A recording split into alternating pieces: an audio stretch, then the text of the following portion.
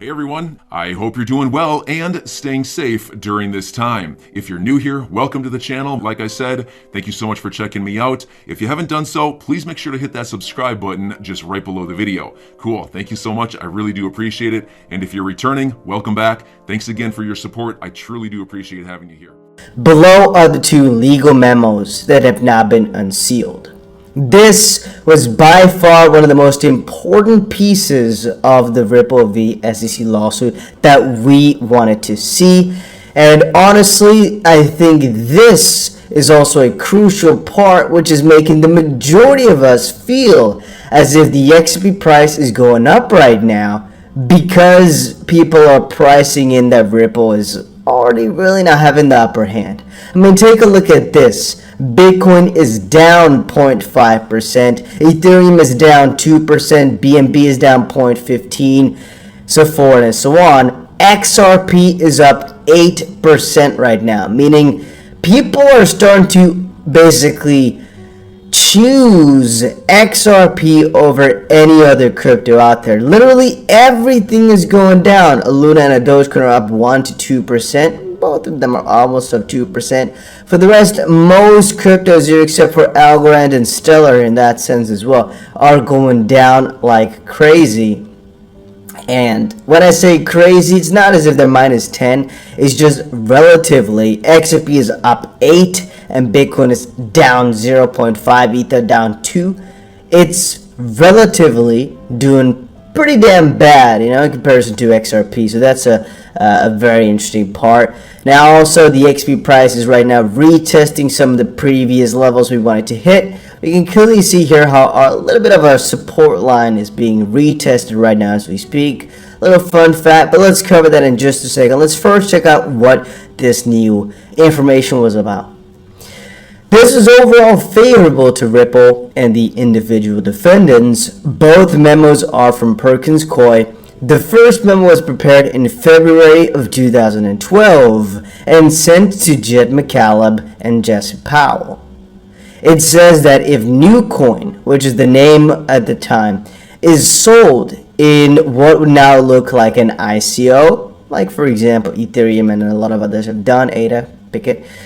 I didn't see the term ICO used, however.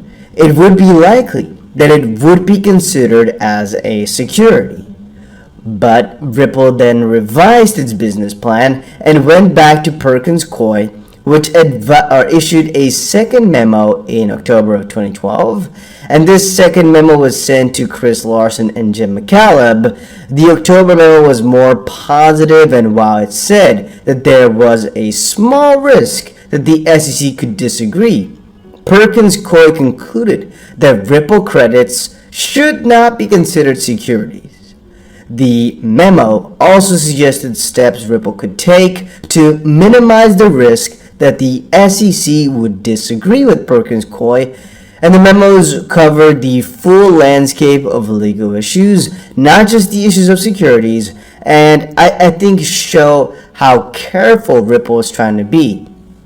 Also, this was 5 years before the SEC really even started talking about digital tokens anywhere, as again the first litigations really came around 2017, so this is 2012, 5 years before all that stuff happened. The majority of people would know that crypto existed. It seems to me that Ripple is being very proactive, which is very important, and there certainly is nothing in these memos that suggests that Ripple is being reckless or ignored any substantial risks.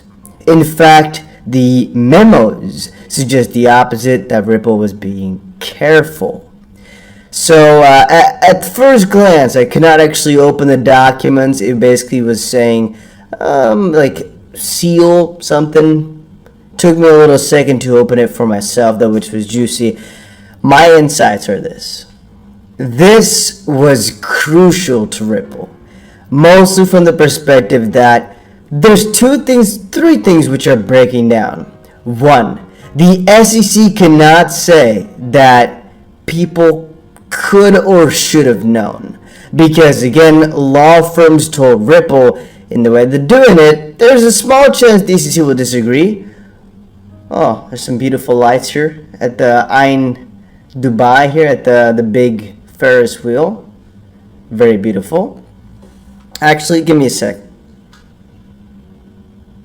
Can I? Oh, I cannot even pause it anymore. Never mind. That will not actually. You know what? All right, I'm back. So, what I wanted to say is the SEC cannot say they should have known because, again, law firms have basically said there's a small chance they'll disagree, but basically there's almost no shot if you're doing it like this. Mostly, that one kind of falls at the park. What they can also not say is that they really try to warn. Because again, that's not the case. We're seeing in 2012 that nobody really knew how this stuff would work, basically. But there's so many different points we can kind of look into these legal memos for and assess basically the fact that the landscape was so unclear at the time, and you cannot really say that Ripple didn't try, Ripple didn't want to. There's almost no more room to make the argument that Ripple was trying to basically go around regulations or anything like that. No, they were definitely here all the time, and they went full force to get it.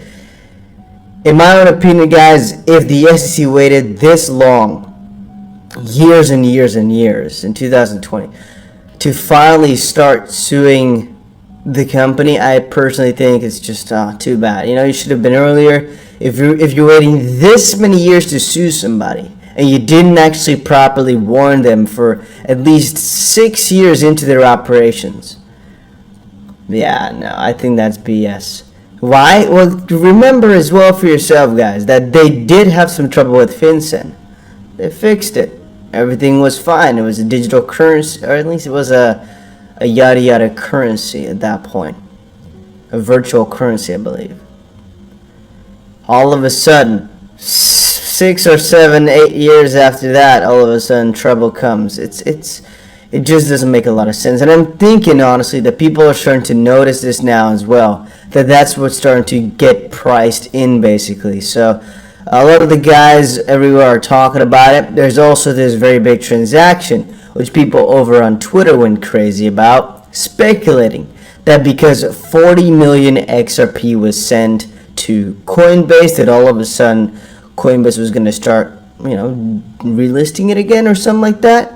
Now, even though I'm one of the biggest bulls on XRP, I hold a lot, I'm going to stick with them for a long time, and I'm super freaking excited about it. Let's be real with anything. Guys, I have promised you, I'm giving you the realest of the real stuff. This is just some guy trying to get clout. This is just a guy trying to get attention. Coinbase most likely did not just buy 40 million XRP. Wouldn't make a lot of sense. Is it theoretically speaking possible? Yes, but it doesn't make a lot of sense. There's a 99% probability that this is yet another custody transaction, meaning you, for example, have a lot of money. You want somebody else to take care of your crypto. You use Coinbase, so they hold your money for you. So I personally think this is a little bit of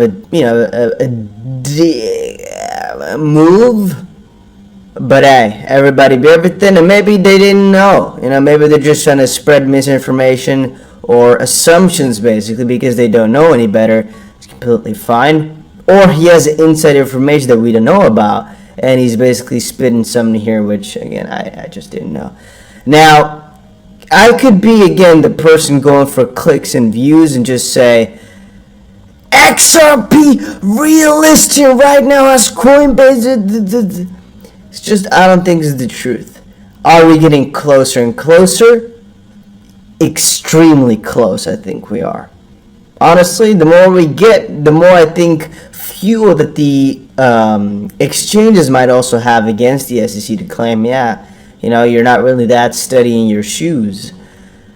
But it still might take time, as no action letters will be filed for the exchanges, and so it still is a risk for them to do it.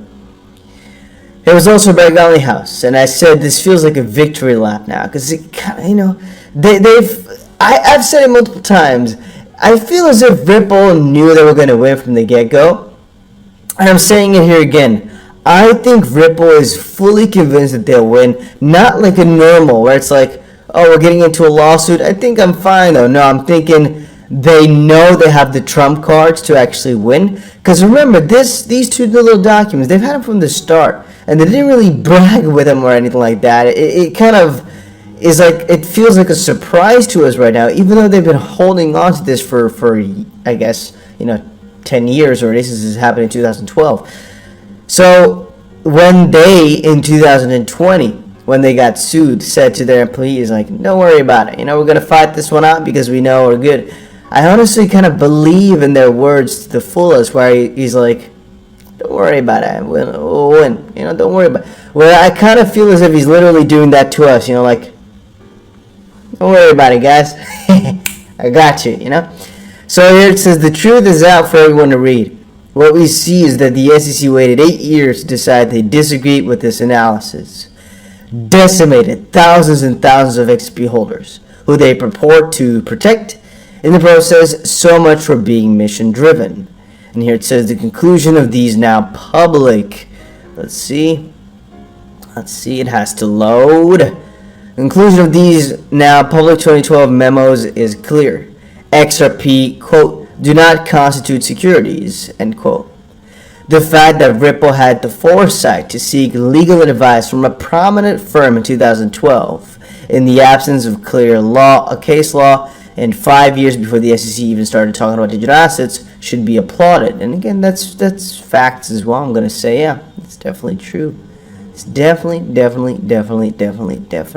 true. At least as far as I am concerned. So then our two last points are about price.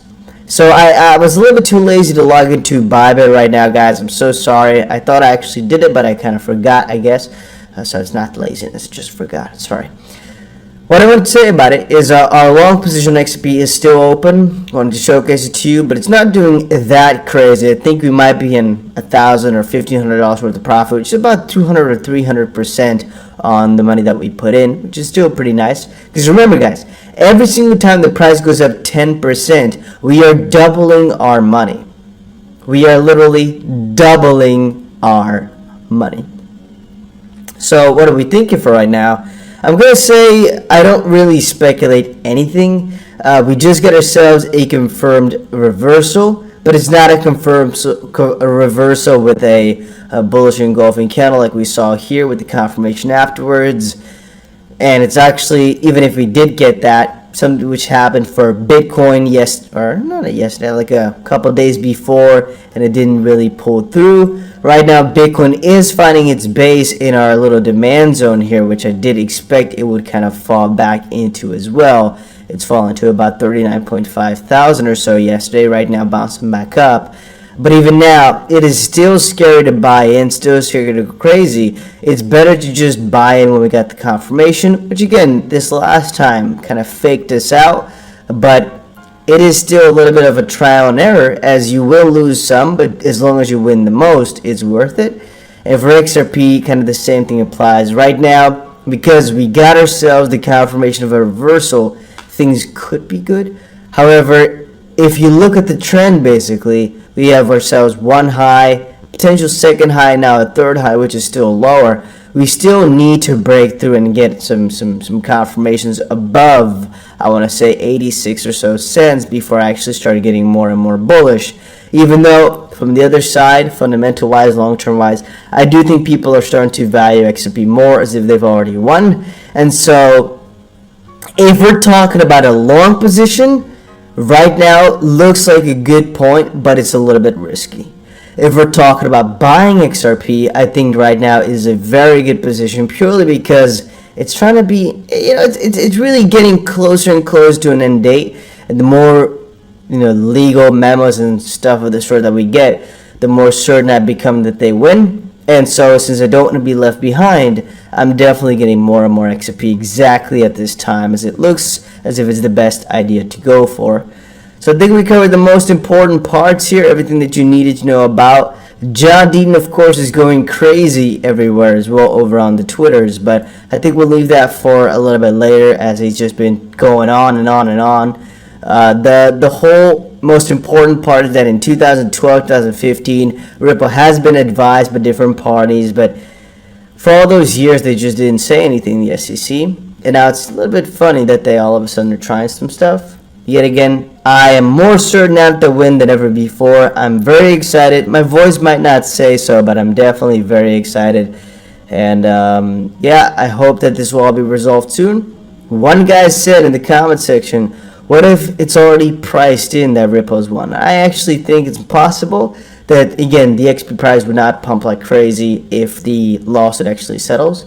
I'm your guy. I will keep you posted. I'm your advocate. I'll be back on a daily basis, usually multiple times per day, with these videos to keep you updated with everything going on. So I hope you enjoyed the video. If you haven't done so, make sure to hit that subscribe button. Feel free to share any of my videos with your friends, family, social media, or anybody who may care to listen. Thanks so much for your continued support. I'm always here for you. I want to help you through this time. So thank you so much for continuing to choose me. Enjoy your day, stay safe, and I'll catch you again probably in a couple hours. Thanks, everybody. See you later.